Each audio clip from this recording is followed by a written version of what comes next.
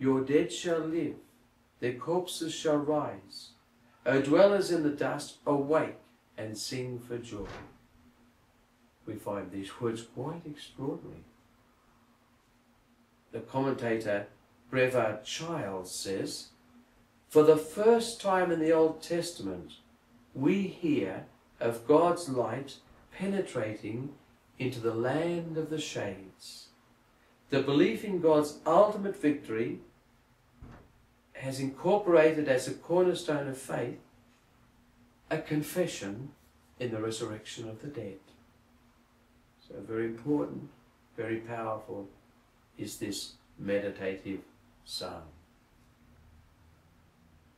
Some commentators see it a bit differently. I should add though, the commentator Gene Tucker says, the prose in verse 19 that the dead will live, in this context, possibly announces the rebirth of the nation, which considered itself to have died. Only 2 texts in the Hebrew Bible, he says, affirm any expectation of life after death, comparable to that in the New Testament. They are in Isaiah chapter 26 verse 19 and Daniel 12 verses 1 to 4. And then possibly the one we're looking at now. That's what he says. And just the final thing, just a word about images of the end times.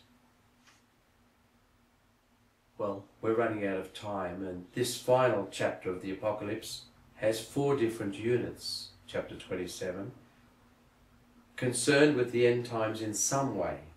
We have the defeat of the Leviathan, the dragon of the sea, probably symbolizing, therefore, a new age emerging.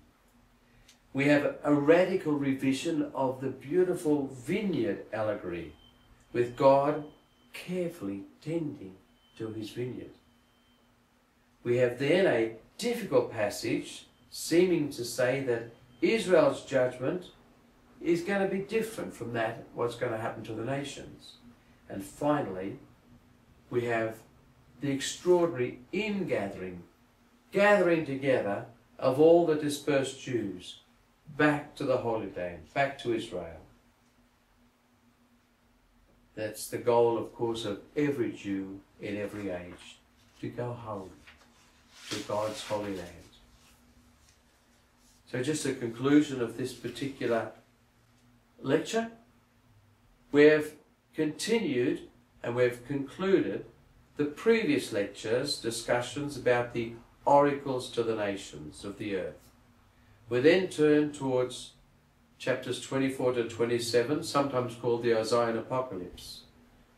We tried to look at what that term means and found in Scripture, and we saw that these chapters do contain a fair amount, but nobody says it's full-blown apocalyptic.